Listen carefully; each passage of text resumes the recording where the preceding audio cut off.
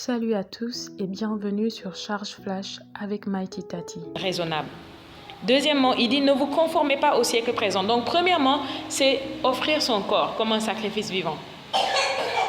Quel que soit ce que ça demande, quel que soit ce que ça coûte, tu es prêt à le faire. Ça peut être difficile. Par exemple, on est en train de faire 21 jours de gloire. Combien d'entre vous, vous savez que les 21 jours de gloire, c'est pas facile? C'est pas facile. Parfois, quand le réveil sonne, cette semaine, je me couche à minuit passé, à 2h quand ça sonne, je dis, c'est pas possible. Seigneur. Amen. C'est pas possible. Et parfois, je suis là, je fais, je somnole, je somnole, je me réveille, je somnole, je me réveille. C'est dur, le corps a du mal, mais c'est un sacrifice vivant. Amen. Dieu veut que chaque jour, j'offre ce sacrifice-là, jusqu'à ce que les 21 jours finissent. Parce que pour ces 21 jours, c'est ce qu'il me demande. Amen. Le jeûne, on dit à minuit, tu dois jeûner. Parfois, jusqu'à minuit même, il peut arriver, il peut m'arriver que jusqu'à minuit, je n'ai pas mangé. Amen. Ça m'est arrivé dimanche, à cause des activités et des enchaînements. Dimanche, jusqu'à l'heure, jusqu'à minuit, je n'ai pas mangé. Et vous pensez que j'ai mangé? Je n'ai pas mangé. Je suis allée dormir comme ça. Alléluia. Personne ne me voit, personne ne vérifie, mais Dieu a dit quelque chose de clair. Les principes, ça paye toujours. Si tu les fais, tu verras les fruits. Si tu ne les fais pas, tu ne verras pas les fruits. Amen. Voilà. Donc, Dieu dit sacrifice vivant. Dis avec moi, sacrifice vivant. Ensuite, il dit, ne vous conformez pas au siècle présent. Ça, c'est très important. Ne vous conformez pas au siècle présent. C'est-à-dire, ne faites pas le compromis. Ne vous plongez pas. Vous savez, certains chrétiens, si on devait vous accuser, si on devait faire une accusation d'être chrétien et arrêter tous ceux contre qui on a des preuves qui sont des chrétiens, certains d'entre vous, on ne vous arrêtera pas parce qu'il n'y a pas de preuves. C'est vrai. On dit on cherche des preuves. Si on trouve des preuves, on t'arrête. Tu es un chrétien, tu seras incarcéré. Amen. Certains ne seront pas arrêtés. Pourquoi? Parce que la seule chose qui montre que vous êtes chrétien et qui ne montre pas vraiment que quelqu'un soit chrétien, c'est que vous allez à l'église le dimanche, vous venez ici le jeudi. Quand vous sortez d'ici, vous pensez comme tout le monde, vous parlez comme tout le monde, vous vivez les mêmes choses que tout le monde. Amen. Vous êtes aussi malade que les gens de ce monde. Vous vivez les mêmes choses qui attaquent les non-croyants, vous attaquent et vous vivez ça de la même manière qu'eux. Vous avez un langage qui n'a pas été purifié, sanctifié. Une mentalité non purifiée, non sanctifiée. On regarde vos posts, vos statuts, tout à propos de vous. Alléluia. J'ai même entendu qu'il y a des chrétiens qui ont deux Instagram, 2 comptes Instagram. Un compte Instagram ou bien TikTok. Tu as un compte Instagram pour la famille chrétienne. Là-bas, tu parles de Jésus. Tu postes les versets. Tu dis, est-ce que tu as prié ce matin? Tu vois? Et puis tu as l'autre Instagram, l'autre TikTok, où c'est pour les autres quoi. Là-bas, pas de Jésus, rien qui montre que tu es chrétien.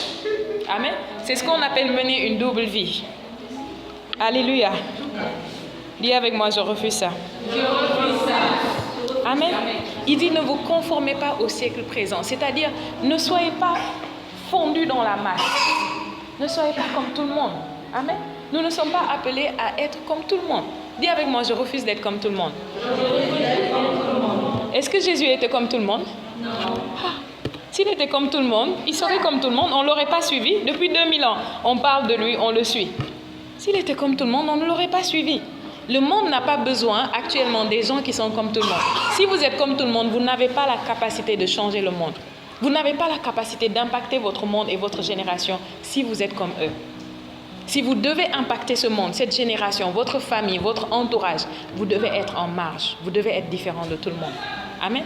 Vous devez marcher en marche comme Jésus a marché en marche. Jésus avait une vie choquante. Jésus n'avait pas une vie ordinaire. Il ne pensait pas comme tout le monde. Il ne parlait pas comme tout le monde. Il ne faisait pas les choses comme tout le monde. Il a choqué les gens avec sa manière de vivre. Alléluia. Mais ce qui est magnifique dans sa manière de vivre, c'est que bien que choquante, elle avait des fruits. Elle était productive. Amen. La vie de Jésus avait des fruits. Dis avec moi des fruits. Des fruits. C'est ce que Dieu attend de nous. Amen. Dieu attend de nous que nous portions des fruits. Quels sont les fruits que tu as portés depuis lors? Depuis que tu es en Christ, depuis que tu écoutes la parole, depuis que tu viens ici. Amen. Depuis que tu es né de nouveau, que tu as reçu le Saint-Esprit, quels sont les fruits? Si Dieu vient demander les fruits aujourd'hui, quels sont les fruits? Tous les messages que tu as entendus, toutes les paroles que tu as écoutées, tout ce que tu as noté, tous les temps de prière, quels sont les fruits? Alléluia.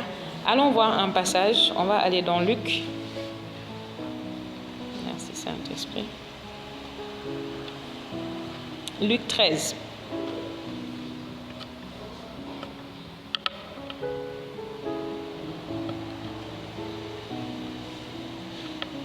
Luc 13. Qu'est-ce que Jésus a dit? Jésus a dit une chose. Jésus a dit, ce n'est pas vous qui m'avez choisi, mais c'est moi qui vous ai choisi. Et je vous ai choisi et établi afin que vous alliez et que vous portiez des fruits et que vos fruits demeurent. Amen. Jean chapitre 15, c'est ce qu'il a dit. Il a dit que vous portiez des fruits et que vos fruits demeurent. Que vous portiez beaucoup de fruits. Dis avec moi, beaucoup de fruits. Donc Dieu est toujours centré sur les fruits. Dieu est toujours en train d'attendre des fruits. Dieu est un investisseur. Vous avez déjà vu un investisseur? Peut-être vous n'en avez jamais vu, mais peut-être vous en avez vu à la télé ou dans des films et tout.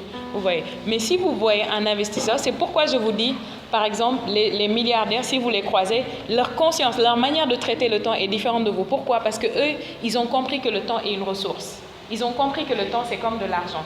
Là où j'investis mon temps, je dois m'assurer d'avoir des retours. Je dois avoir des dividendes, une moisson. Amen? Oui. Dieu est comme ça. Dieu est un investisseur. Tout ce qu'il investit, il attend. Amen. Il attend de toi. Vous savez, parfois, au fil des années, depuis que le Seigneur m'a appelé, parfois il y a des choses, quand je suis sur le point de faire ou quand je suis tentée de faire, je dis non. Dieu a trop investi en moi. Toutes les fois où j'ai été tentée d'abandonner ou de lâcher, je dis non. Je pense à tout ce que Dieu... Comment je sais que Dieu a investi en moi? Tous les enseignements que j'ai écoutés, amen, les hommes, les femmes de Dieu auxquels je suis venue en contact, les livres que j'ai lus, alléluia, les genres d'aide, de frères, de mentors spirituels que Dieu m'a donné au fil des années, je regarde ça, je dis non. Le genre d'éducation même que j'ai eu, vous voyez, même le genre d'études que j'ai fait et ce que j'ai acquis, tout ça, je vois ça comme de l'investissement. Et je me dis, si Dieu a investi tout ça en moi, je ne peux pas le gâcher. J'ai besoin de porter des fruits, de produire des fruits. Amen. Alléluia. Donc, Dieu est conscient des fruits. La fécondité. Verset 6, Luc 13. Merci d'avoir écouté Charge Flash. Likez la vidéo, laissez un commentaire, partagez et abonnez-vous si ce n'est pas encore fait. À très bientôt. Que Dieu vous bénisse.